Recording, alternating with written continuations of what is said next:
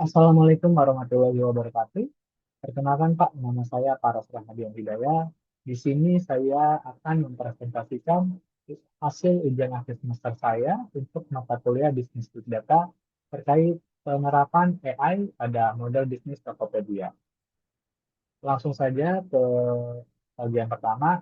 Sebelum mulai lebih lanjut, kita akan membahas ringkasan model bisnis dan sistem informasi Tokopedia yang sebelumnya sudah dibahas pada UTS kemarin. Jadi untuk studi kasusnya saya menggunakan Tokopedia karena merupakan salah satu e-commerce terbesar di Indonesia yang menjadi bagian dari ekosistem webshop.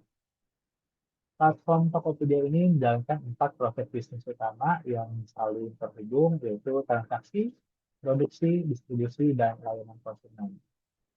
Karena setiap aktivitas itu tercatat pada basis data perusahaan, data tersebut kemudian menjadi sumber data utama bagi pengelolaan big data, sehingga siap diolah lebih lanjut oleh rancangan pada tugas ini yang melibatkan AI.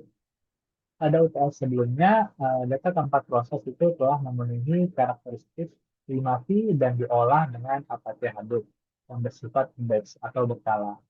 Di UAS ini, saya akan melanjutkannya dengan menambahkan lapisan AI dan pemrosesan real-time, serta menerapkan prinsip AI sebagai asisten pengambilan keputusan bukan pengganti manusia.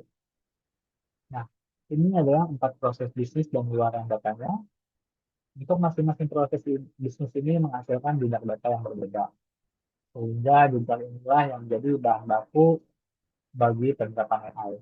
Untuk transaksi, ketika pelanggan mencari, memilih, dan membayar produk, sistem mencatat nilai pencarian, klik, serta data pembayaran. Lalu untuk produksi, ketika seller menyiapkan barang, terkumpul data produk dan harga, data stok, serta rekam aktivitas si seller. Dan yang ketiga itu distribusi. Selama pengirimannya berlangsung, tercatat status paket dan waktu tempuh antar titik dari kurir mitra. Dan yang keempat, pelayanan konsumen. Melalui chat, email, dan media sosial, terhimpun percakapan, ulasan, dan penilaian, serta catatan penilaian. Masuk ke manfaat AI untuk masing-masing ke proses bisnis. Untuk proses bisnis transaksi dengan customer, AI mengubah jejak digital pengguna menjadi rekomendasi produk yang sifatnya personal, sehingga pelanggan lebih cepat menemukan barang yang relevan dan nilai transaksi cenderung meningkat karena itu.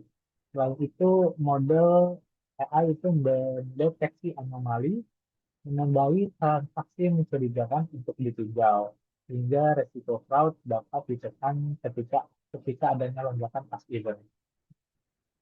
Untuk proses bisnis produksi atau penyiapan barang, dengan prediksi permintaan yang diberikan oleh model AI, seller dapat menyiapkan stok pada jumlah yang lebih tepat, sehingga resiko kelebihan maupun kehabisan barang itu berkurang. Di samping itu, AI juga melakukan kategorisasi dan moderasi katalog secara otomatis, sehingga kualitas listingnya terjaga dan produk terlarang tersaring lebih awal. Untuk manfaat pada proses distribusi atau pengiriman, untuk manfaat pada proses distribusi atau pengiriman, AI dapat memberikan optimasi rute dan prediksi estimasi waktu tiba yang lebih akurat, sehingga ongkos kirim dan waktu tempuh menjadi lebih efisien. Model AI pun bisa memberikan ramalan terkait beban memperkirakan lonjakan pengiriman terlebih dahulu agar kapasitas logistik itu dapat disiapkan atau disesuaikan sebelum puncak permintaannya terjadi. Kalau untuk di proses bisnis layanan konsumen, manfaat AI itu eh, menggunakan chatbot berbasis NLP sehingga dapat menjawab pertanyaan umum selama 24 jam dan meneruskan kasus yang rumit kepada agen manusia. Sementara itu, analisis sentimen terhadap ulasan dan chat membuat keluhan terdeteksi lebih dini, sehingga kepuasan dapat diukur dan komplain penting diprioritaskan. Mulai masuk ke rancangan pada UAS ini, rancangan penerapan Big Data dengan menggabungkan AI, dengan menggunakan AI.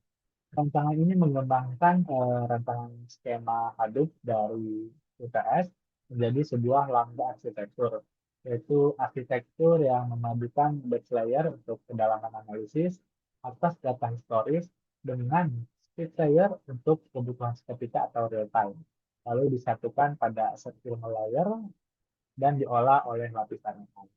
Dengan cara ini, seluruh luaran data dari tempat proses bisnis, baik yang terstruktur maupun tidak, dapat tertampung dalam satu pipeline.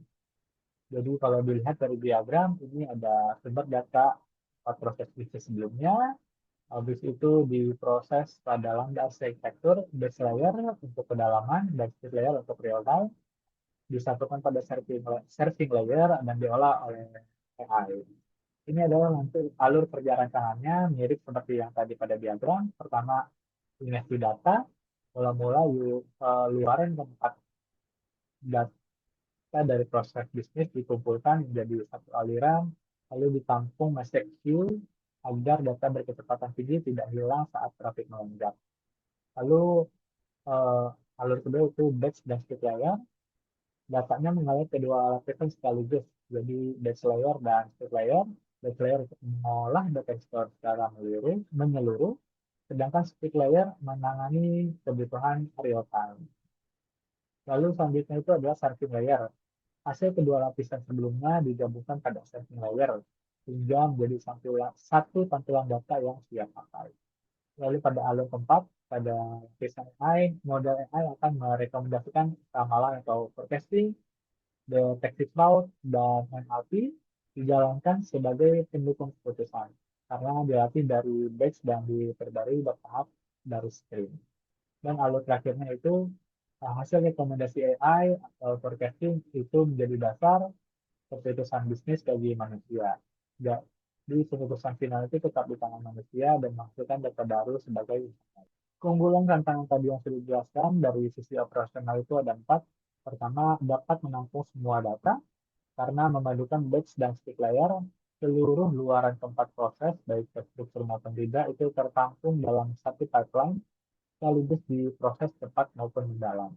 Cepat dan sekaligus mendalam tersebut itu karena adanya stick layer dan batch layer. Stick layer itu melayani kebutuhan instan, sementara batch layer memberikan analisis menyeluruh atas data historis, sehingga kebutuhan real time dan analitik keduanya terpenuhi. Lalu keunggulan ketiga yaitu scalable dan hemat. Karena rancangan tersebut itu berjalan di atas komoditi hardware, kapasitasnya itu mudah ditambah ketika terjadi lonjakan seperti pada saat Arbolnas. Dan dengan demikian biayanya tetap dapat dikendalikan. Untuk keunggulan selanjutnya itu data yang ada itu dapat dijadikan keputusan. Data diubah menjadi keputusan bernilai bagi perusahaan, mulai dari rekomendasi produk dan mencegah fraud hingga optimasi pengiriman serta layanan yang lebih cerdas. Lalu keunggulan dari sisi tata kelola AI. Mengacu pada jurnal Word yang diterbitkan pada tahun 2026 di Journal of Big Data, keunggulan AI justru muncul ketika AI itu diposisikan sebagai asisten yang memperkuat penilaian manusia, bukan sebagai yang utamanya atau penggantinya. Keputusan di tangan manusia. AI memberi saran, tetapi keputusan strategis itu tetap diputuskan oleh manusia. Sehingga akuntabilitas jelas dan resiko keputusan otomatis yang keliru berkurang. Selanjutnya, analisisnya menjadi lebih cepat. Sejalan dengan jurnal Forbes, AI dipakai untuk mengeksplorasi alternatif dan merangkum ribuan ulasan sehingga tim dapat mengevaluasi lebih banyak opsi. Keunggulan selanjutnya itu menjaga kerahasiaan data. Data sensitif seperti pembayaran dan identitas tidak diekspos ke AI eksternal, melainkan diproses pada lingkungan internal yang lebih aman. Dan prosesnya pun terdokumentasi. Tiap keputusan berbantuan AI itu dicatat, termasuk alasan saran diterima ataupun ditolak, sehingga prosesnya dapat diaudit dan tata kelolanya terjaga.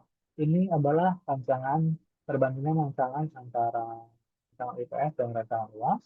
Rancangan IPS yang berbasis Hadoop Batch dan rancangan UAS yang berbasis Lambda arsitektur dan AI.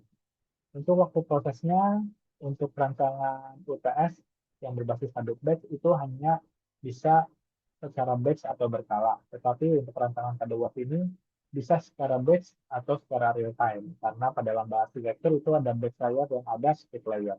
Cakupan datanya itu untuk kedua rancangan sama-sama historik dan mendalam, tetapi kelebihan di rancangan luas itu alirannya secara langsung atau stream karena adanya split layer tadi.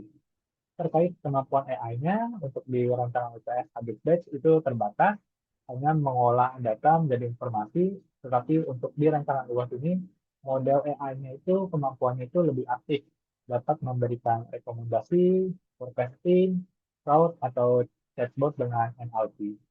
Dan untuk peran AI di rancangan Habit Batch belum ada ya peran aktifnya, tetapi di rancangan luas ini sebagai asisten pengambilan keputusan dengan keputusan utama itu tetap di manusia. Lalu kebutuhan instan di rancangan IPS yang berbasis Habitat itu belum tertangani, tetapi di rancangan UAS itu tertangani di speed layer. Untuk kompleksitasnya tentu lebih jelas lebih kompleks rancangan UAS karena ada dua lapis upload sinkron, batch layer dan speed layer serta penggunaan AI juga dibanding rancangan IPS yang berbasis Hadoop Batch itu lebih sederhana. Kesimpulannya, tempat proses bisnis Tokopedia menghasilkan data yang besar dan beragam dan dengan menambahkan AI pada setiap proses, data tersebut dapat berubah menjadi keputusan yang bernilai bagi bisnis. Rancangan lambda arsitektur yang dilengkapi lapisan AI mampu menampung seluruh luaran data karena memadukan kekuatan batch layer mendalam dan pemrosesan real time yang tepat di speed layer. Namun demikian, mengacu pada jurnal Code yang diterbitkan di 2026, keunggulan terbesar justru dicapai ketika AI itu diposisikan sebagai asisten yang memperkuat atau membantu manusia, bukan yang menggantikan manusia. Sehingga keputusannya tetap di tangan manusia, rahasia data tetap terjaga dan prosesnya terdokumentasi. Dengan seperti itu, rancangan ini menekan resiko dan biaya sekaligus, meningkatkan daya saing Tokopedia secara bertanggung jawab. Itu saja dari saya, kurang lebihnya. Terima kasih atas waktunya. Wassalamualaikum warahmatullahi wabarakatuh.